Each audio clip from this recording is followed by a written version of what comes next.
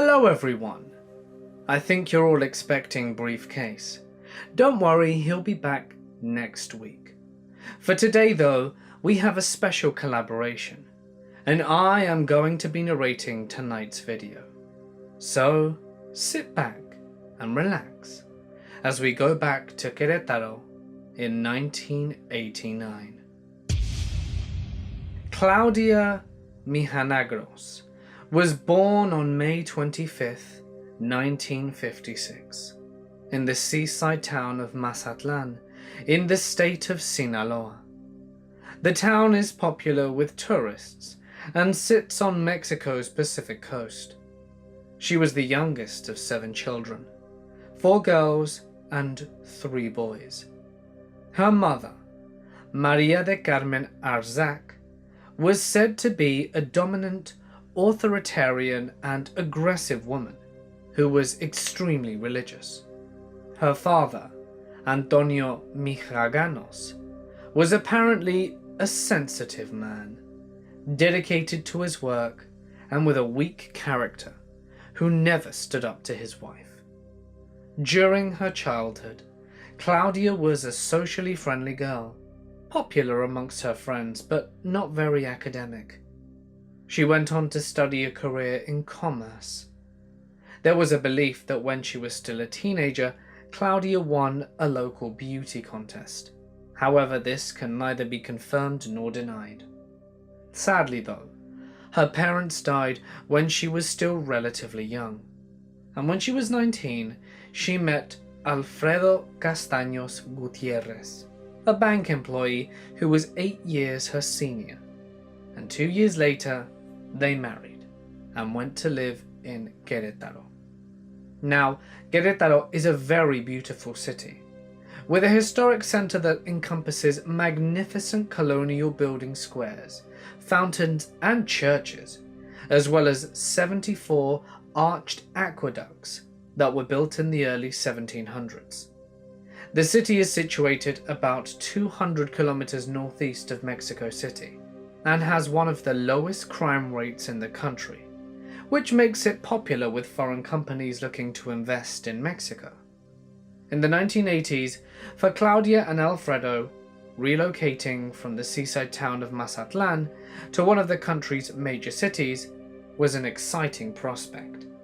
This city was rapidly growing, as it became a very popular place to live, especially when many people looked to relocate from the nation's capital after the devastating earthquake of 1985.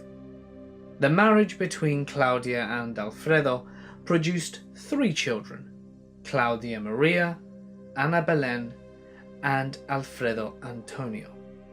The 3 children attended the Fray Luis de León school, where Claudia had obtained work as a teacher of catechism, ethics and religion.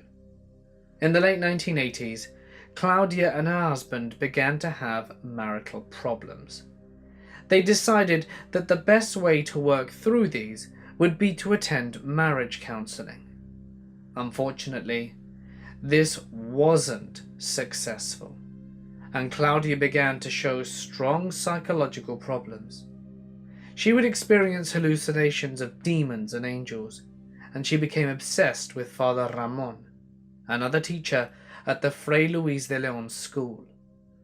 It soon became obvious that the marriage was unsustainable, and the couple separated.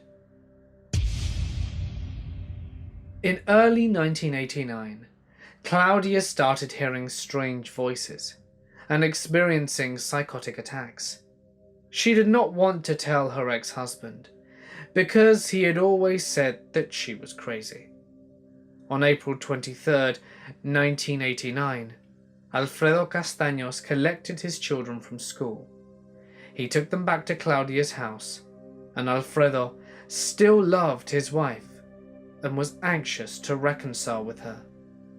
But he had heard rumors that she was having a relationship with Father Ramon, and when he questioned her about it, they had a terrible argument, which ended with Claudia shouting at Alfredo that he would be sorry and slamming the door. Alfredo left, and later that evening she put the children to bed, blessed them, and then eventually went to sleep herself.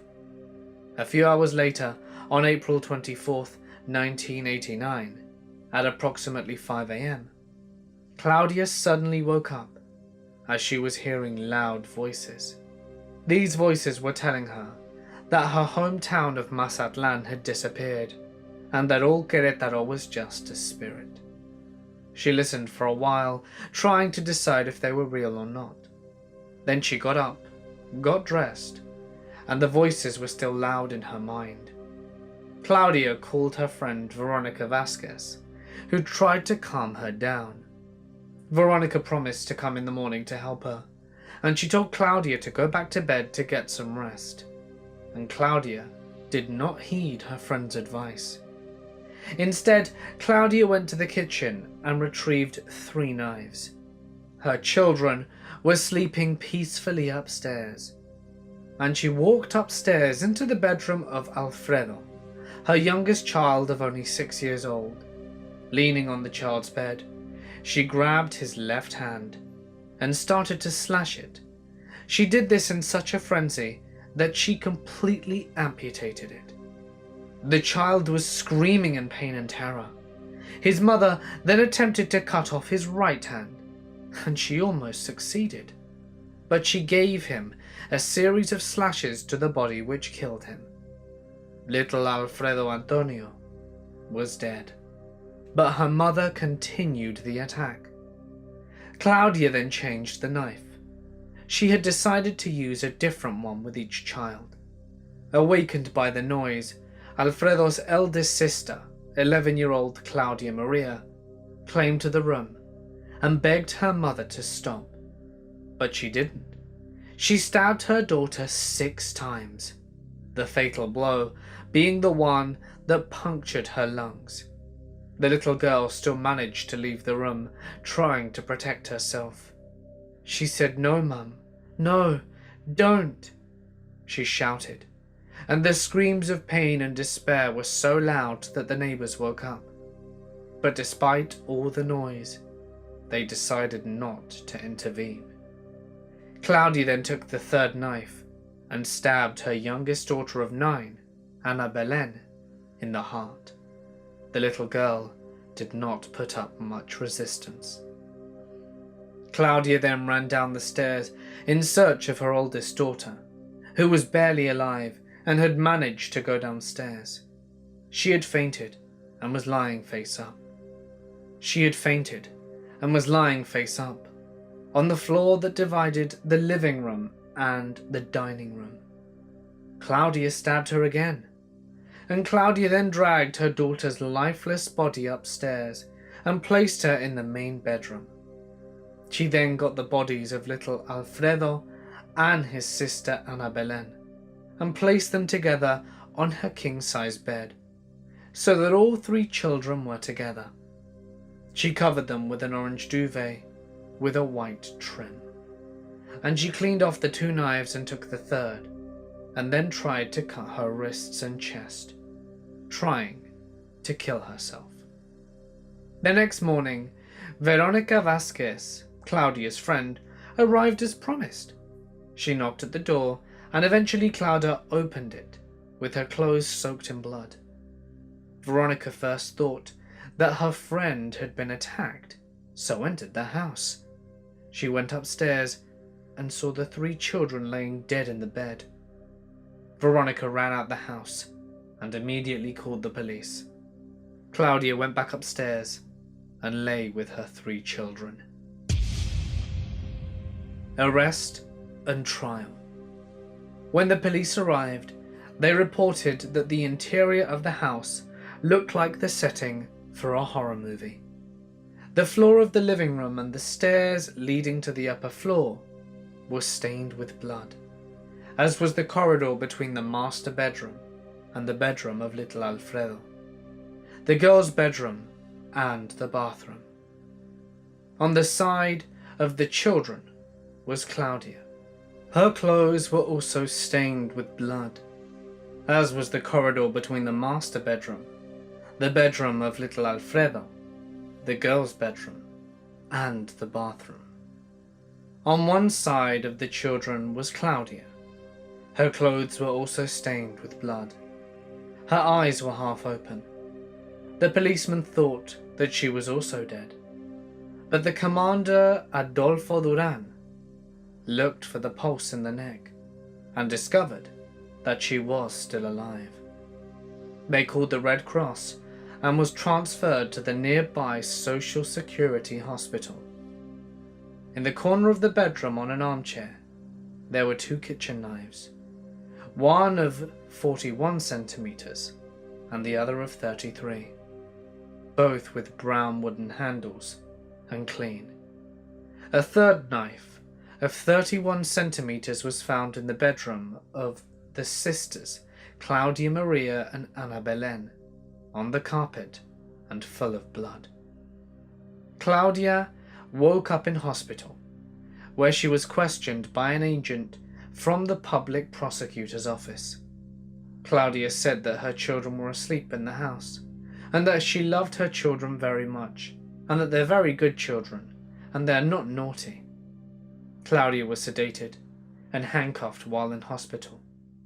Her first statement was taken on April 27th, 1989, at 11:30 a.m., 3 days after she had massacred her children. She blamed the priest who she supposedly loved, Father Ramon. She said that Father Ramon spoke to her telepathically, and that he continued to work mentally, and that her husband also tried getting back with her and worked through her mentally, and the pressure was so great that she lost control. Afterwards, she changed her statement and said that she did not remember anything, only that her friend Veronica had knocked on her door and woken her. She spoke as if her children were alive. The newspapers condemned her crime and called her the hyena of Querétaro. The Mexican authorities made sure she was examined by psychiatrists and neurologists. The doctor's report was a psychiatric, mental, medical, and physical evaluation of Claudia, which resulted in the conclusion that she was suffering from schizoaffective disorder, which is a medical disorder characterized by abnormal thought processes and deregulated emotions. She was also diagnosed to have temporal lobe epilepsy, which is a chronic disorder of the nervous system, characterized by recurrent unprovoked focal seizures that originate in the temporal lobe of the brain and last about a minute or 2. After the medical and psychiatric results were released, it was decided that ordinary criminal procedures should be suspended, and it was agreed by the legal teams that Claudia should receive a 30-year sentence for the triple filicide. Claudia was incarcerated on September 19th, 1991, in the psychiatric annex of the Tepapam Women's Center for Social Readaptation, which is a maximum security prison 16 miles from the city of Toluca. The house where this terrible crime happened is located on Hacienda Vejil Street, in the Jardines de la Hacienda neighborhood of Querétaro, and has been uninhabited since April 24th, 1989. It is now severely vandalized and in a very bad state.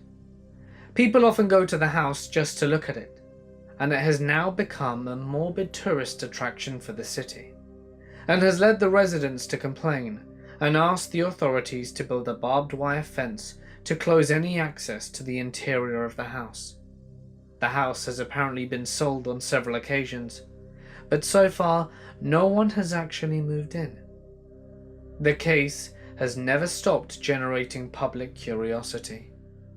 Carlos Trejo, who has become famous for studying paranormal cases, claimed that when his team of investigators went to make a video in the house, they saw a girl in the kitchen with bloody pajamas. The book, Evidences of Life After Death, states that the child of a neighbor was playing outside when his ball was kicked into the house. When he went to pick it up, he saw the same ghostly image.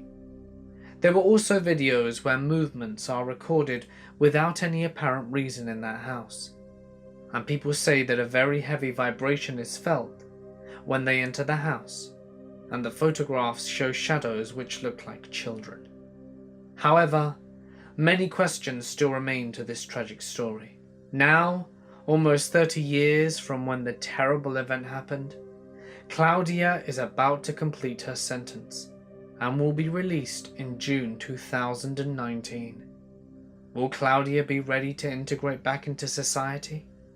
The same society that will not forget her crime and that shook and still affects the lives of the Mexicans in Querétaro. Hey everyone, and thank you so much for listening. This has been Mort from Mortis Media covering tonight's video, and a special thanks for Briefcase for allowing me to do this. He did all the research, and I've got to say he did incredibly well. The reason we picked this video was actually because a subscriber submitted their second-hand account of this very story. They actually knew the eldest daughter and tell the story from a slightly different perspective. If you'd be interested in listening, look no further than my channel, where we will be covering this story. You'll be able to find a link at the very end of the video as well as in the description. And again, a huge thank you to Briefcase. If you're not subscribed already, you definitely should, for cases every week. But anyway, for now guys, I'm going to sign off. And stay tuned for the next Briefcase.